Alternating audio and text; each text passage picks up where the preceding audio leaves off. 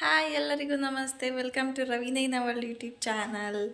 ಎಲ್ಲರೂ ಹೇಗಿದ್ದೀರಾ? ನಾನಂತೂ ಸೂಪರ್ ಆಗಿದ್ದೀನಿ, ನೀವು ಕೂಡ ಚೆನ್ನಾಗಿದ್ದೀರಾ ಅಂತ ತಿಳ್ಕೊತೀನಿ.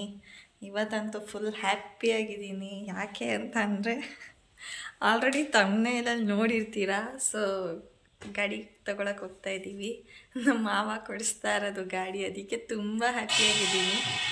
ಒಂದು 3 ದಿವಸ ಆಯಿತು ಗೊತ್ತಾಗಿ. ಸೊ ಗಾಡಿ ತಗೋತೀವಿ ಅಂತ ಅವತ್ತಿಂದನೂ ಫುಲ್ ಹ್ಯಾಪಿಯಾಗಿದ್ದೀನಿ. ಹಿಂಗೆ ಅದಕ್ಕಿಂತ ಮುಂಚೆ ನಂದು ಡ್ರೆಸ್ ತೋರಿಸ್ಬಿಡ್ತೀನಿ. ಟಾಪು ವೈಟ್ ಕಲರ್ ಟಾಪ್, ಇದು ಮೀಶೋದಲ್ಲಿ ತಗೊಂಡಿದ್ದು. ಲಿಂಕ್ ಹಾಕಿರ್ತೀನಿ ಡಿಸ್ಕ್ರಿಪ್ಷನಲ್ಲಿ. ಇದು 2 ರೀತಿ ಸ್ಟೈಲ್ ಮಾಡ್ಬೋದು. ಒಂದು ಈ ರೀತಿ ಸ್ಟೈಲ್ ಮಾಡ್ಬೋದು, ಬೇಡ ಅಂತ ಅಂದರೆ ಜಸ್ಟ್ ಇದು ಫುಲ್ ಜಿಪ್ ಎತ್ಕೊಂಡ್ರೆ ಜಸ್ಟ್ ಹಿಂಗೆ ಟಾಪ್ ಥರ ಇರುತ್ತೆ. ಇದು ಚೆನ್ನಾಗಿ ಕಾಣುತ್ತೆ. ಮತ್ತು ಹಿಂಗೆ ಒಂದು ಸ್ವಲ್ಪ ಓಪನ್ ಮಾಡಿಕೊಂಡ್ರೆ ಇಲ್ಲಿ ಒಳಗಡೆ ಇದು ಹಿಂಗಿದೆ ಆಲ್ರೆಡಿ ಮಡ್ಚಿರೋದು. ಸೊ ಇದು ಕಾಲರ್ ಟೈಪ್ ಥರ ಚೆನ್ನಾಗಿ ಕಾಣಿಸುತ್ತೆ. ವೈಟ್ ಕಲರು, ಇದು ವಿಂಟರ್ ಸೀಸನ್ಗೆ ಅಂತ ತಗೊಂಡಿದ್ದು. ಇನ್ನೇನು ಬೇಸಿಗೆ ಬರ್ತಾ ಇದೆ, ಚೆನ್ನಾಗಿದೆ. ಸೊ ಯಾರಿಗಾದರೂ ಇಷ್ಟ ಕೇಳಿದ್ರಿ ಅಂದ್ಬಿಟ್ಟು ನಾನು ಇದು ಹಾಕಿದ್ದು. ಇದು ಅಂಗಡಿಲೆಲ್ಲ ತಗೊಂಡಿದ್ದು. ಅಂಗಡಿಲೆಲ್ಲ ತೊಗೊಳಕ್ಕೆ ಹೋದರೆ ತುಂಬ ಕಾಸ್ಟ್ಲಿ ಹೇಳ್ತಾರೆ. ಇದು ಮೀಶೋಲ್ಲೇ ತಗೊಂಡಿದ್ದು. ತುಂಬ ಚೆನ್ನಾಗಿದೆ, ಕ್ವಾಲಿಟಿ ಕೂಡ ಚೆನ್ನಾಗಿದೆ, ಥಿಕ್ನೆಸ್ ಇದೆ, ಜಾಕೆಟ್ ಥರ ಇದೆ ಇದು. ಅದಕ್ಕೆ ಇವತ್ತಿದೆ ಹಾಕೊಳ್ಳೋಣ ಅಂತ ಹೇಳ್ಬಿಟ್ಟು ಹಾಕ್ಕೊಂಡಿದ್ದು. ನಮ್ಮದು ಗಾಡಿ ಕೂಡ ವೈಟ್ ಕಲರ್ ಅಲ್ವಾ, ಅದಕ್ಕೇ. ಆ್ಯಕ್ಚುಲಿ ನಮ್ಮ ಮಾವ TVS ತೊಗೋಬೇಕು ಅಂದ್ಕೊಂಡಿದ್ದು ಫಸ್ಟು. ಅವ್ರು ಯಾವಾಗಲೂ TVS ಅಲ್ವ ಓಡಿಸೋದು. ಆಮೇಲೆ ನಾನು ಓಡ್ಸೋಕ್ಕಾಗಲ್ವಲ್ಲ, ಸ್ಕೂಟಿ ತೊಗೊಂಡ್ರೆ ನಾನು ಓಡಿಸ್ಬೋದಲ್ಲ ಅಂದಿದ್ದಕ್ಕೆ ಸರಿ ಆಯಿತು ಸ್ಕೂಟಿನೇ ತೊಗೊಳ್ಳೋಣ, ಏನಂಗೂ ಆಗುತ್ತೆ ಅಂತ ಹೇಳ್ಬಿಟ್ಟು ಸ್ಕೂಟಿ ತೊಗೋತಾ ಇರೋದು. ಆ್ಯಂಡ್ ಸ್ಕೂಟಿ ಹತ್ತಾ ಇದ್ದಂಗೆ ಅವ್ರು ಫಸ್ಟ್ ಹೋಗಿ TVS ಶೋರೂಮಲ್ಲಿ ಬುಕ್ ಮಾಡಿಬಿಟ್ಟು ಬಂದಿದ್ರಂತೆ, ನೋಡ್ಕೊಂಡು ಬಂದಿದ್ರಂತೆ. ಬುಕ್ ಆಗಿರಲಿಲ್ಲ, ನೋಡ್ಕೊಂಡು ಬಂದಿದ್ರಂತೆ. ಆಮೇಲೆ ಇನ್ನು ನನ್ನ ಗಂಡ ಕೇಳಬೇಕಲ್ಲ, ಮೊದಲೇ ಬಜಾಜಲ್ಲಿ ಇದ್ರಲ್ಲ. ಸೊ ಎಲ್ಲ ಎಂಕ್ವೈರಿ ಮಾಡೋಕ್ಕೆ ಸ್ಟಾರ್ಟ್ ಮಾಡಿದ್ರು. ನಾನು ಹೇಳಿದೆ ಅವ್ರ ಫ್ರೆಂಡ್ ಒಬ್ಬರಿದ್ದಾರೆ, ಅಂದರೆ ಕೊಲೀಗಿದ್ರು, ಅವರು ಸ್ವಂತ ಶೋರೂಮ್ ಅವರೇ ಓಪನ್ ಮಾಡಿದ್ದಾರೆ ಇವಾಗ, ಅವ್ರ ಹತ್ರನೇ ಹೋಗಿ ತೊಗೊಳ್ಳೋಣ ಅಂತ ಹೇಳಿಬಿಟ್ಟು ಅವರಿಗೆ ಎಂಕ್ವೈರಿ ಮಾಡಿದ್ವಿ. ಆಮೇಲೆ ಸೊ ಅಲ್ಲೇ ಬುಕ್ಕಿಂಗ್ ಮಾಡಿದ್ದಾರೆ. ಇವತ್ತು ಹೋಗಿ ಡೆಲಿವರಿ ತೊಗೋಬೇಕು. ಆ್ಯಂಡ್ ನನಗೇನಕ್ಕಪ್ಪ ಗಿಫ್ಟ್ ಕೊಡಿಸ್ತಾ ಇದ್ದಾರೆ ಅಂತ ಅಂದರೆ, ನಂದು ಬರ್ತ್ಡೇ ಇದೆಯಲ್ಲ ಬೇರೆ ಇವಾಗ, ಅದಕ್ಕೆ ಬರ್ತ್ಡೇ ಗಿಫ್ಟ್ ಕೂಡ ಆಗುತ್ತೆ ಅಂತ ಹೇಳಿ ಕೊಡಿಸ್ತಾ ಇರೋದು. ಸೊ ಅದಕ್ಕೆ ತುಂಬ ಖುಷಿಯಾಗಿದ್ದೀನಿ. ಯಾವಾಗಲೂ ನನಗೆ ಚಿಕ್ಕ ವಿಷಯಕ್ಕೂ ಎಕ್ಸೈಟ್ ಆಗಿರ್ತೀನಿ, ಬಟ್ ಇವತ್ತಂತೂ ನನಗೆ ತುಂಬಾ ಖುಷಿ ಆಗ್ತಾಯಿದೆ. ಪತ್ತಾರು ನೋಡಿ ನಮ್ಮ ಮಾವ.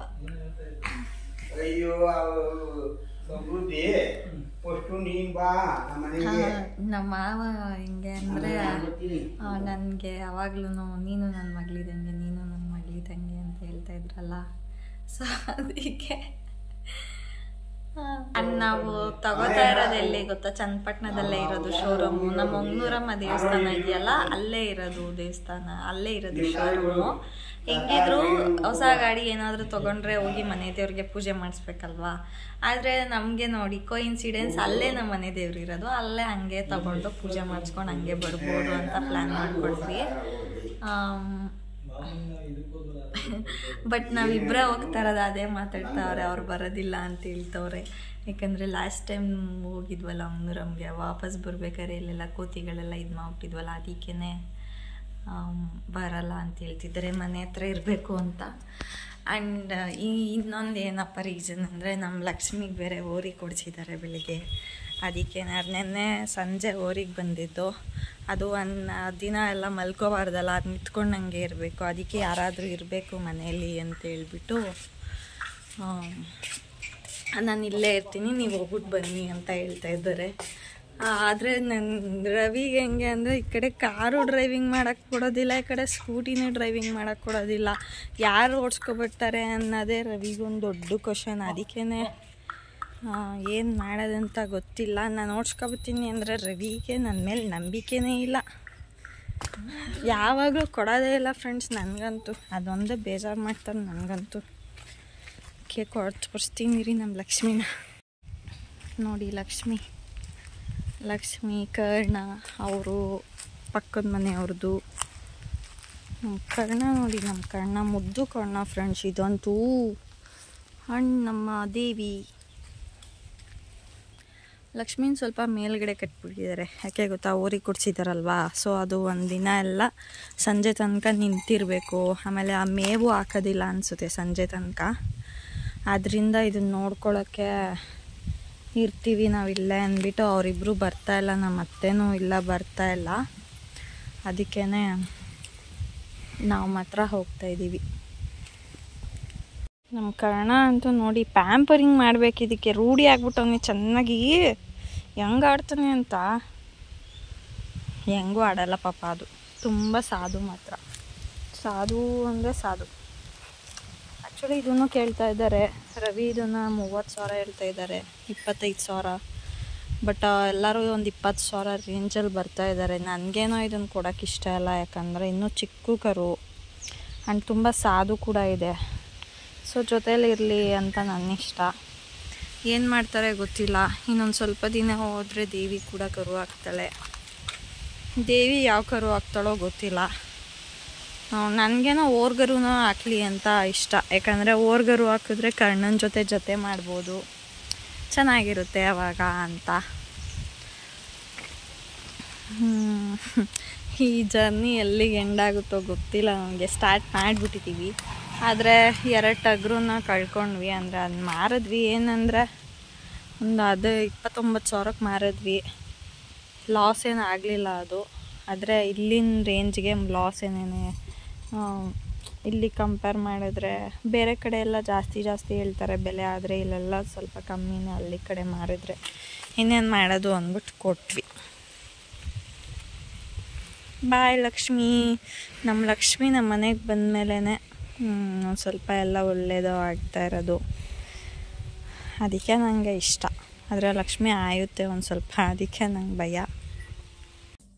ಗಾಡಿ ಓಡ್ಸೋಕ್ಕೆ ಕೊಡ್ತಾರೋ ಕೊಡಲ್ವೋ ಗೊತ್ತಿಲ್ಲ, ಆದರೂ ನಾನು ಮಾಯ್ಶ್ಚರೈಸರ್ ಎಲ್ಲ ಹಾಕೋತಾ ಇದ್ದೀನಿ, ಬಾಡಿ ಲೋಷನ್. ನಾನು ಯಾವುದು ಯೂಸ್ ಮಾಡೋದು ಅಂತಂದರೆ ವ್ಯಾಸ್ಲಿನ್, ಎಲ್ಲರಿಗೂ ಗೊತ್ತಿದೆ. ಅದನ್ನೇ ನಾನು ಫೇಸ್ಗೂ ಕ್ರೀಮ್ ಅದೇ ಯೂಸ್ ಮಾಡೋದು. ಬಟ್ ಇವತ್ತು ನಾನು ಫೌಂಡೇಶನ್ ಎಲ್ಲ ಹಾಕ್ಕೊಂಡಿದ್ದೀನಿ, ಅದಕ್ಕೆ ಸ್ವಲ್ಪ ಬೆಳ್ಳಗೆ ಕಾಣ್ತಿದ್ದೀನಿ. ನಾನು ಯಾವುದು ಯೂಸ್ ಮಾಡೋದು ಗೊತ್ತಾ, ಇದೇನೇ ವ್ಯಾಸ್ಲಿನ್ ಪಿಂಕ್ ಕಲರ್. ಇದೇ ಸನ್ಸ್ಕ್ರೀನಾಗೂ ಯೂಸ್ ಆಗುತ್ತೆ, ಮಾಯ್ಶ್ಚರೈಸಾಗೂ ಯೂಸ್ ಆಗುತ್ತೆ, ಬಾಡಿ ಲೋಷನ್ ಆಗೂ ಯೂಸ್ ಆಗುತ್ತೆ. ಆಮೇಲೆ ಕ್ರೀಮ್ ಕೂಡ ನಾನು ನಿಮಗೆ ಇದನ್ನೇ ಯೂಸ್ ಮಾಡೋದು.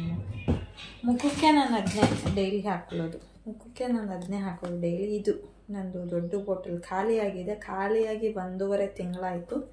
ಆದರೂ ಏನು ಮಾಡ್ತೀನಿ ಅಂದರೆ ಹಿಂಗೆ ಓಪನ್ ಮಾಡ್ತೀನಿ, ಕಡ್ಡಿಲೆಲ್ಲ ಹಿಂದೆ ಎತ್ತು ಹಾಕೋತೀನಿ. ಇನ್ನೂ ಒಂದು 15 ದಿನ 1 ತಿಂಗಳು ಫುಲ್ ಇದೇ ಯೂಸ್ ಮಾಡ್ಬೋದು ನಾನು. ಯಾಕಂದರೆ ಇಷ್ಟೇ ಅಲ್ವಾ ಹಾಕೊಳ್ಳೋದು ಫೇಸ್ಗೆ, ಸೊ ಜಾಸ್ತಿ ಏನು ಅವಶ್ಯಕತೆ. ಕೈ ಕಾಲಿಗೆಲ್ಲ ನಾನು ಹಾಕೊಳ್ಳಲ್ಲ ಜಾಸ್ತಿ ಎಲ್ಲನ. ಈ ಥರ ಎಲ್ಲಾದರೂ ಹೊರಗಡೆ ಹೋದರೆ ಅಷ್ಟೇ, ತಿಂಗಳಿಗೋ ಏನೋ ಒಂದು ಸಲ ನಾನು ಕೈ ಕಾಲಿಗೆ ಹಾಕೋದು, ಜಾಸ್ತಿ ಏನು ಹಾಕೋದಿಲ್ಲ. ಸೊ ನೀವು ಇದನ್ನೇ ಯೂಸ್ ಮಾಡಿ, ಚೆನ್ನಾಗಿದೆ.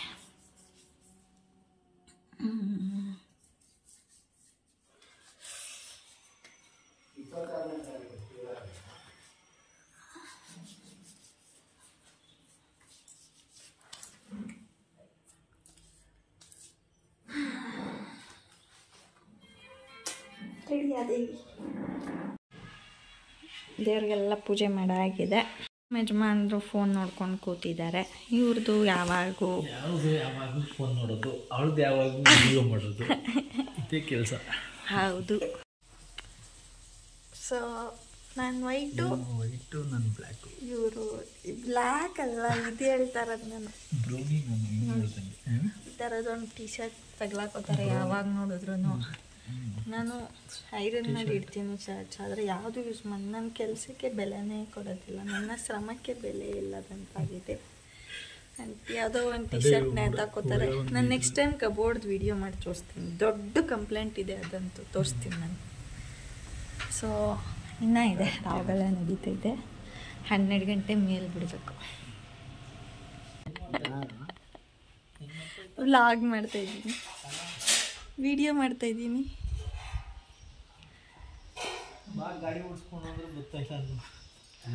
ಬನ್ನಿ ಗಾಡಿ ಓಡಿಸ್ಕೊಂಡು ಬರೀರಂತೆ ಆ ಕಡೆಯಿಂದ, ಅಂದರೆ ಬರ್ತಾ ಇಲ್ಲ, ಯಾಕಂದರೆ ತುಂಬ ದೂರ ಅಂದ್ಬಿಟ್ಟು. ಬರಲ್ವಪ್ಪ? ಇಲ್ಲ ಯಾರು ಅವ್ರಿಗೆ ಹೇಳಿ. ಇದು ಈ ಬಿಸಿಲಲ್ಲಿ ಗಾಡಿ ಓಡ್ಸೋಕ್ಕಾಗಲ್ಲ. ಹೋಗು ಏನು ಸಾವಿರ ಬಿಸಿಲು ಹೊಡಿತದೆ. ಹಾಂ ಅಲ್ಲಲ್ಲ, ಏನು ಬೆಳಿಗ್ಗೆ ಹೊತ್ತು ಸಾಯಂಕಾಲ ಹೊತ್ತು ಮಧ್ಯಾಹ್ನ ಹಾಂ ಪೂಜೆ ಮಂಗಳಮ್ಮ ದೇವಸ್ಥಾನ ಪೂಜೆ ಮಾಡಿಸ್ಬಿಟ್ಟು ಆ ಹುಡುಗನಿಗೆ ಎಸ್ಕೊಂಡು ನಡೆಯಪ್ಪ ಅಂದ್ಬಿಟ್ಟು ನೀವು ಕಾರಲ್ಲಿ ಬಂದು. ನಾವು ಗಾಡಿ ತೊಗೊಂಡಿದ್ದು ಶೋರೂಮ್ ಬಂದು ಶ್ರೀ ಮಹಾಲಕ್ಷ್ಮಿ ಮೋಟಾರ್ಸ್ ಅಂತ ಚನ್ನಪಟ್ಟಣ ಸಾತ್ನೂರು ಸರ್ಕಲಿಂದ ಹೊಂಗನೂರ್ಗೆ ಹೋಗೋ ರೋಡಲ್ಲಿ ಹೋದಾಗ ಲೆಫ್ಟಲ್ಲಿದೆ, ಸಾಯಿರಾಮ್ ಹಾಸ್ಪಿಟಲ್ ಪಕ್ಕನೇ. ಇಲ್ಲಿ ಹೊಸ ಬೈಕ್ ತೊಗೊಂಡ್ರೆ ಇಲ್ಲಿ ಕಾಲೇಜ್ ಬ್ಯಾಗ್, ಹೆಲ್ಮೆಟ್ ಮತ್ತು ಎಕ್ಸ್ಟ್ರಾ ಫಿಟ್ಟಿಂಗ್ ಎಲ್ಲ ಫ್ರೀಯಾಗಿ ಮಾಡಿಕೊಡ್ತಾ ಇದ್ದಾರೆ. ಬೇರೆ ಕಡೆ ಎಲ್ಲ 5,000 10,000 ಚಾರ್ಜ್ ಮಾಡ್ತಾರೆ ಎಕ್ಸ್ಟ್ರಾ ಫಿಟ್ಟಿಂಗಿಗೆ, ಬಟ್ ಇವರು ಫ್ರೀಯಾಗಿ ಕೊಡ್ತಾ ಇರೋದ್ರಿಂದ ಒಳ್ಳೆ ಆಫರ್ ಕೊಟ್ಟಿದ್ದಾರೆ. ಯೂಸ್ ಮಾಡ್ಕೊಳ್ಳಿ, ಚೆನ್ನಾಗಿದೆ. ನಮಗಂತೂ ಖುಷಿ ಆಯಿತು, ಒಳ್ಳೆ ಬೆನಿಫಿಟ್ ಕೊಟ್ಟರು ಅಂತ. ರವಿ ಇದೇ ಫೀಲ್ಡಲ್ಲಿ ವರ್ಕ್ ಮಾಡೋದ್ರಿಂದ ಅವ್ರಿಗೆ ಗಾಡಿ ಬಗ್ಗೆ ತುಂಬ ನಾಲೆಜ್ ಇದೆ. CC, ಡಿಸ್ಕ್ ಬ್ರೇಕು, ಹಾಗೆ ವೇರಿಯಂಟ್ ಎಲ್ಲ ಅವ್ರು ತುಂಬಾ ನೋಡ್ತಾ ಇದ್ರು. ನನಗೆ ಒಂದು ಸ್ಕೂಟಿ ಸಿಕ್ಕಿದ್ರೆ ಸಾಕು ಅಂತ ಅನ್ನಿಸಿತ್ತು. ಅದರಲ್ಲೂ ಇದು ಒಳ್ಳೆ ಮೈಲೇಜ್ ಕೊಡುವಂಥ ಗಾಡಿ, ತುಂಬಾ ಚೆನ್ನಾಗಿದೆ. ಆ್ಯಂಡ್ ಯಾವಾಗಲೂ ಅವರು ಬೆಸ್ಟನ್ನೇ ಸೆಲೆಕ್ಟ್ ಮಾಡ್ತಾರೆ. ಆ್ಯಕ್ಚುಲಿ ಹೊಸ ಗಾಡಿ ತೊಗೊಳ್ಳೋ ಪ್ಲ್ಯಾನೇ ಇರಲಿಲ್ಲ. ಇವಾಗಲೇ ಡೆಬಿಟ್ಸ್ ತುಂಬಾ ಇದೆ. ಆದರೂ ಇದು ಆಕಸ್ಮಿಕವಾಗಿ ಸಿಕ್ಕಿದಂಥದ್ದು. ಅಂದರೆ ನಾನೇನು ದೇವರಲ್ಲಿ ಬೇಡ್ಕೋತೀನಲ್ಲ, ಅದು ಯಾವುದೋ ಒಂದು ರೂಪದಲ್ಲಿ ಕೊಡ್ತಾನೆ ಅನ್ನೋದಕ್ಕೆ ಇದು ಕೂಡ ಸಾಕ್ಷಿನೇ. ಅದರಿಂದ ಬೇಡಿದ್ದೆಲ್ಲ ಕೊಡೋ ದೇವರಿಗೆ ಎಷ್ಟು ಥ್ಯಾಂಕ್ಸ್ ಹೇಳಿದ್ರು ಸಾಕಾಗೋದಿಲ್ಲ. ನಮಗೇನೇ ಸಿಕ್ಕಿದ್ರು ಅದೆಲ್ಲ ದೇವ್ರ ಕೃಪೆ ಅಷ್ಟೇನೆ. ಅದರಿಂದ ನಾನು ಏನೇ ಇದ್ರೂ ದೇವ್ರ ಹತ್ರ ಮಾತ್ರನೇ ಹೇಳ್ಕೊಳ್ಳೋದು. ಅದರಲ್ಲಿ ಯಾವುದನ್ನು ನಮಗೆ ಕೊಡಬೇಕು, ಯಾವಾಗ ಕೊಡಬೇಕು ಅಂತ ಅವ್ರಿಗೆ ಗೊತ್ತಿರುತ್ತೆ. ಸೊ ಅದನ್ನು ನಮಗೆ ಅಂಥ ಟೈಮಲ್ಲಿ ಮಾತ್ರನೇ ಕೊಡೋದು. ನಾವು ಕೇಳಿದ ತಕ್ಷಣ ಎಲ್ಲ ಆಗ್ಬಿಡೋದಿಲ್ಲ. ಆ್ಯಂಡ್ ನಾವು ಅಂದ್ಕೊಂಡಿದ್ದಂತೂ ಏನೂ ಆಗೋದಿಲ್ಲ.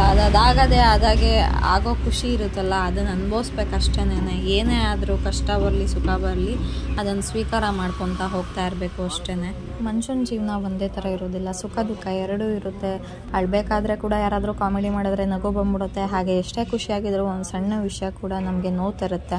ನನಗೂ ಅಷ್ಟೇ, ನಾನು ಹಿಂದೆ ಮಾತಾಡ್ತಾರೆ ಅಂತ ಗೊತ್ತಿದೆ, ಆದರೆ ನಾನು ಅದನ್ನ ಇಗ್ನೋರ್ ಮಾಡಿ ಮುಂದಕ್ಕೆ ಹೋಗ್ತೀನಿ. ಆದರೂ ಒಂದೊಂದು ಸಲ ಕೇಳಿಸ್ಕೊಂಡ್ಬಿಟ್ಟಾಗ ತುಂಬಾ ನೋವಾಗುತ್ತೆ. ನಮ್ಮ ಮುಂದೆ ಚೆನ್ನಾಗಿ ಮಾತಾಡಿ ಹಿಂದೆ ಕೆಟ್ಟದಾಗಿ ಮಾತಾಡೋ ಅಂಥ ಜನಗಳಿಗೆ ಏನಂತ ಹೇಳಬೇಕು ಅಂತಲೇ ಅರ್ಥ ಆಗೋದಿಲ್ಲ. ಅವ್ರು ಯಾವತ್ತೂ ಬದಲಾಗೋದೇ ಇಲ್ವಾ ಅಂತ ಅನಿಸುತ್ತೆ.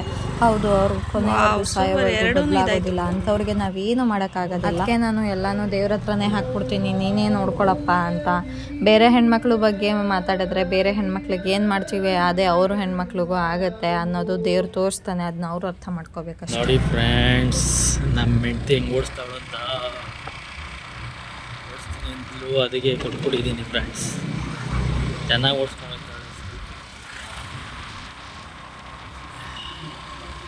ಇದು ರೊಟೇಟ್ ಹೆಂಗೆ ಬೇಬಿ ಮಾಡ್ಕೊಳ್ಳೋದು. ನೋಡಿ ಫ್ರೆಂಡ್ಸ್, ಹೆಂಗಿರ್ತದೆ ನಮ್ಮ ಮಿಸ್ಸಸ್ಸು. ನೋಡಿ ರೈಸು ಟಾಪ್ ಸ್ಪೀಡ್ ಚೆಕ್ ಮಾಡ್ತಾ ಇದ್ದಾಳೆ.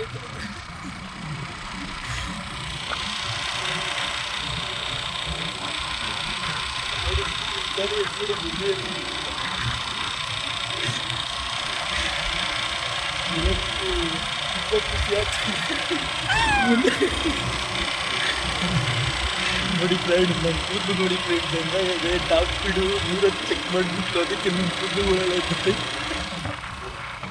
ಹಾಗೆ ಬರ್ತಾ ಕನಕಪುರದಲ್ಲಿ ಬಂಗಾರಪೇಟೆ ಚಾಟ್ಸ್ ತಿನ್ಕೊಂಡು ಬಂದ್ವಿ. ಒಂದು ಗಗಲ್ಸ್ ತಗೊಂಡೆ, ನನಗೆ ಡಸ್ಟ್ ಆಗೋದಿಲ್ಲ ಅಂತ ಹೇಳಿ. ನನ್ನ ತುಂಬ ಪ್ರೀತಿ ಮಾಡುವ, ನನಗೆ ಸಪೋರ್ಟ್ ಮಾಡುವ ಹಸ್ಬೆಂಡ್ ಇರೋದ್ರಿಂದ ನನಗೆ ಎಷ್ಟೇ ಹರ್ಟ್ ಆದರೂ ಯಾರೇ ಹರ್ಟ್ ಮಾಡಿದ್ರು ನನಗೆ ಹರ್ಟ್ ಆಗೋಕ್ಕೆ ಬಿಡೋದೇ ಇಲ್ಲ. ಯಾಕಂದರೆ ಅಷ್ಟು ಬೇಗ ಸಮಾಧಾನ ಮಾಡ್ತಾರೆ, ಅಷ್ಟು ಬೇಗ ಪ್ಯಾಂಪರ್ ಮಾಡಿ ನನಗೆ ಖುಷಿಯಾಗಿ ಇಟ್ಕೊಳ್ಳೋಕ್ಕೆ ನೋಡ್ತಾರೆ ಯಾವಾಗ್ಲೂ. ಅದರಿಂದನೇ ನಾನು ಇಷ್ಟು ಖುಷಿಯಾಗಿರೋದು. ನನ್ನ ಜೀವನದಲ್ಲಿನೂ ನೋವಿದೆ, ಆದರೆ ಅದನ್ನೆಲ್ಲ ನನಗೆ ಸೈಡ್ಗೆ ಹಾಕಿ ನಾನು ಯಾವಾಗಲೂ ಖುಷಿಯಾಗಿರೋದಕ್ಕೆ ಕಾರಣನೇ ರವಿ. ಅದಕ್ಕೆ ತುಂಬಾ ಪುಣ್ಯ ಮಾಡಿದ್ದೀನಿ.